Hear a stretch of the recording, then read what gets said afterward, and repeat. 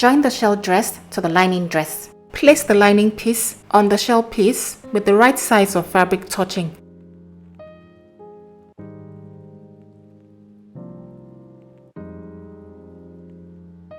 Pin both pieces together along the neckline and the armhole.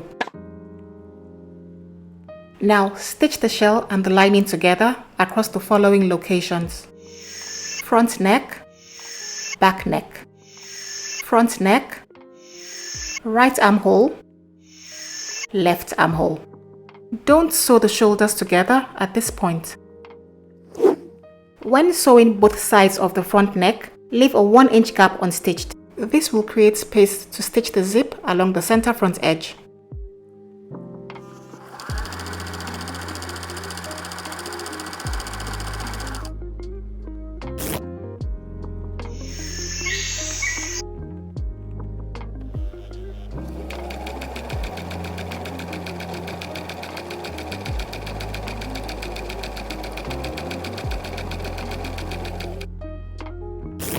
After sewing, flip the lining inwards towards the wrong fabric side of the shell.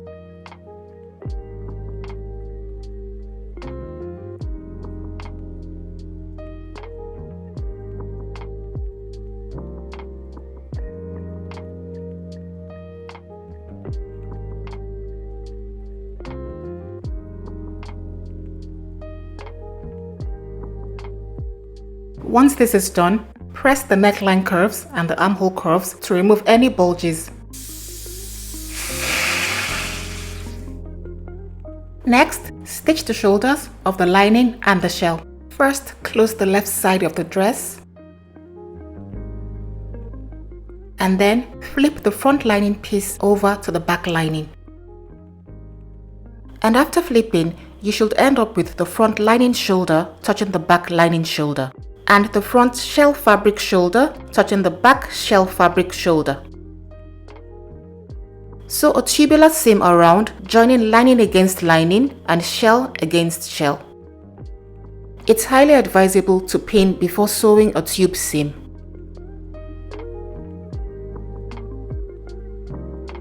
While sewing, just keep pushing the fabric around as the needle moves.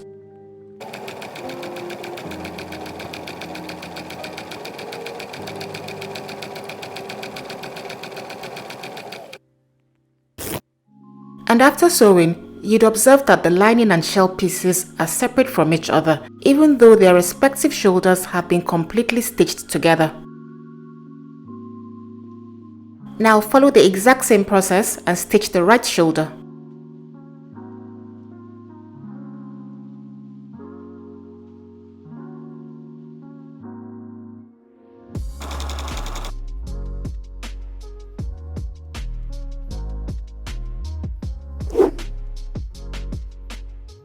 Attach an invisible zipper to the center front edges. This gives a clean, discreet finish compared to a regular zipper.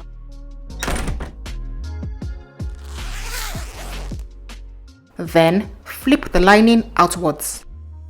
Now place the center front edge of the lining precisely against the center front edge of the shell, and then stitch both together against the same allowance just behind the zipper teeth. And after sewing, you'd achieve a partially bagged lining finish. It's a very clean and professional finish because the stitches will be concealed on the inside. Finally, close up the 1-inch gap that was left at the neckline.